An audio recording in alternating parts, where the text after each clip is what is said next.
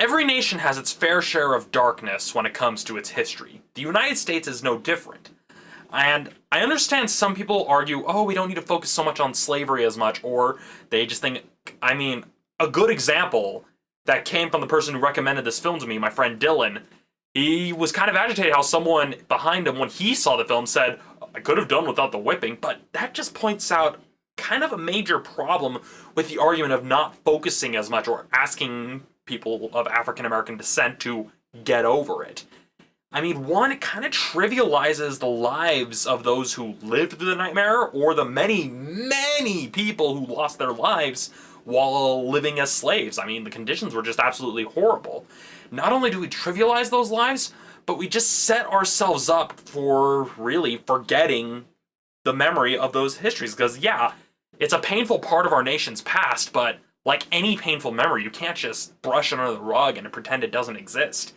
That shaped the history. Like a painful memory shapes a person, that painful part of our past shaped the nation and made it what it is today. If it wasn't for stuff like the Emancipation Proclamation, as well as all the various political stuff that resulted to put an end to slavery, the country would be a very different place. And really, it all can really be summarized with the quote that is often misquoted that originally came from George Santayana. Those who... What's the quote? Let me check. I'm actually going to do it right, by the way. Those who cannot remember the past are condemned to repeat it. And really, if you look at history, that's been proven many times. Before I get into a really heavy historical rant, let's begin this more somber episode of Romney's Reviews.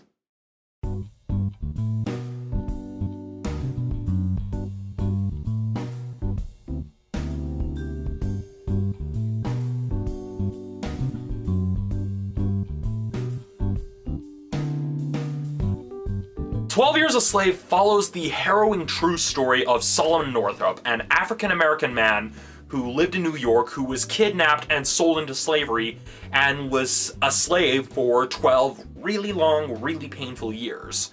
And yeah, a lot of people think, oh, that's a story about slavery, but the thing is, this actually happened. Solomon Northup was a real person, and the title of the movie comes from the title of the book he wrote once he was freed. And that's what the film focuses on. It focuses on the really long and painful times that he spent as a slave, and it really comes across with how the film presents itself. It holds nothing back. It holds a few things back for the sake of ratings, but it pulls no punches in terms of what you actually see and really what you feel. And the part of the longness of it, I don't mean like it felt long, but it really emphasized how long the experience was, because there are a few key moments in the film where it's not really a case where not much is happening. It just is literally scenes, or particularly shots, where you're just there to let it all sink in.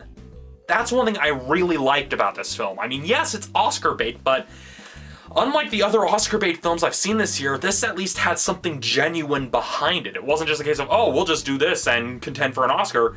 You could just definitely tell the people making it, they definitely really had something to it. You could tell they either really resonated with the story or just really wanted to create something that was genuine, not just Oscar fluff, but something that really, really told the story really, really well. And that really comes across in this film. You see the passion, even if you have a lot of these main, well-known stars, ranging from established people like Brad Pitt and Paul Giamatti to up-and-comers like Michael Fassbender and Benedict Cumberbatch. And you can tell that there's just a genuine passion to it. And unlike other Oscar fluff films where it kind of tries to bounce through and keep things short, but while still trying to have that thing that forces you to remember, this film literally just kind of says, hey, I'm here to tell my story, I'm going to tell it my way, and you're going to sit there and pay attention whether you like it or not. And believe me, it was kind of painful to sit through, I will admit. Especially with some of the really, really long shots. I don't want to really give anything away too much because a lot of it you really just have to see for yourself, but just the fact that they had moments dedicated to literally just letting it all sink in, that speaks volumes and also really helps us feel like we're taking this journey with the character. That's one thing I really, really liked about this film. It really felt like that we were there with him, taking his journey, feeling his pain, and not in the trivial, stupid sense where the pain is overemphasized, but more just the case of we empathize with him. We we have to sit through much of the tedium as well as the really painful, brutal stuff, because that's another part of the tortuous conditions of slavery. Because really, if you had to work a very tedious and thankless job for days on end without pay and in some of the worst living conditions, you'd be miserable. And so this film did a really good job communicating that.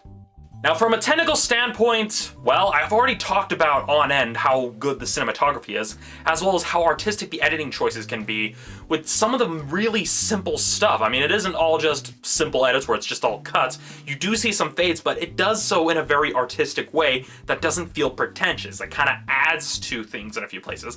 And again, the cinematography and just the way they cut it really works. I really like those moments where they let it sink in. I'm sorry, I can't get past that, but those are the best shots of the film. And it's not like, oh, it's a bunch of pretty stuff you're looking at. No, it's sinking in because you're watching the utter misery and torment this guy's going through, and not even in the sad music swell way. I mean, okay, I'll talk about one shot. It may be kind of spoilerish, but let's just say it's kind of a shot where you see Solomon like kind of hanging, but not quite. I mean, he's noosed up, but he's able to touch the ground and is able to put the pressure off his neck so he doesn't suffocate. And it's just a case that it's silent for most of the film.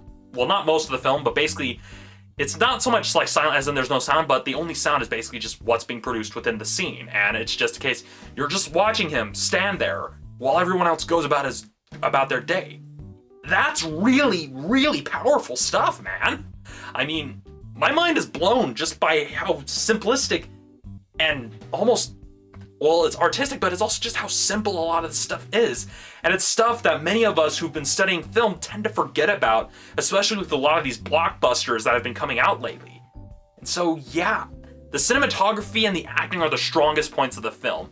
When it comes to the music, there really wasn't that much, because really, it's not like there was any strong musical swells. I mean, you heard music during the credits, of course, but there wasn't really anything really memorable because it wasn't really a driving force of the film.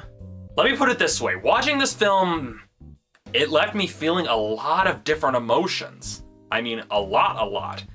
And I know it's kind of the case of, oh yeah, but it's only about slaves. How can it possibly relate to you when you're not African American? That's a thing.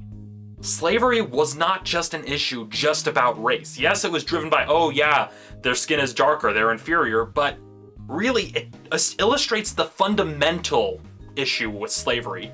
The fact that imprisoning a human being and treating them like property, that was the major message it was trying to get across. It wasn't being vindictive. It wasn't trying to be a case of, oh, we suffered, so you need to treat us better. It was just a case of, hey, this is something no one should have to go through. That's one of the driving themes of the film. Something that is even said in the film. And the film does a really, really good job of communicating that and having it resonate with audiences in general. At least it resonated with me. And again, I may not be of African American descent, but it still resonated with me as a viewer.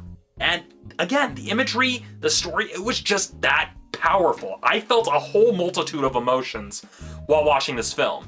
But let me put it this way. It is brutal. It is painful to watch from time to time. But I could not look away. The story had me drawn in.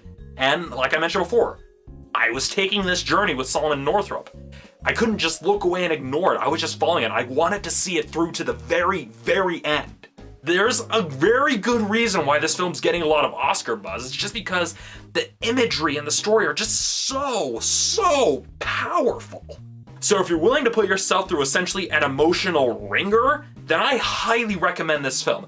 Especially if you are a film student, and especially if you're into film in any capacity, you need to see this film if you haven't done so already. That is one thing that I can tell you that much. I mean, that's why I saw it on the recommendation of my friend Dylan, although he didn't recommend it to me directly, but still, it's a good film. I highly recommend it, especially if you're going into film, you need to see this film. That said, I give 12 Years a Slave a 5 out of 5. So that's it for this episode of Romney's Reviews. As for next week, well, it should come as no surprise, but I'll be taking a look at The Hunger Games: Catching Fire. See you then.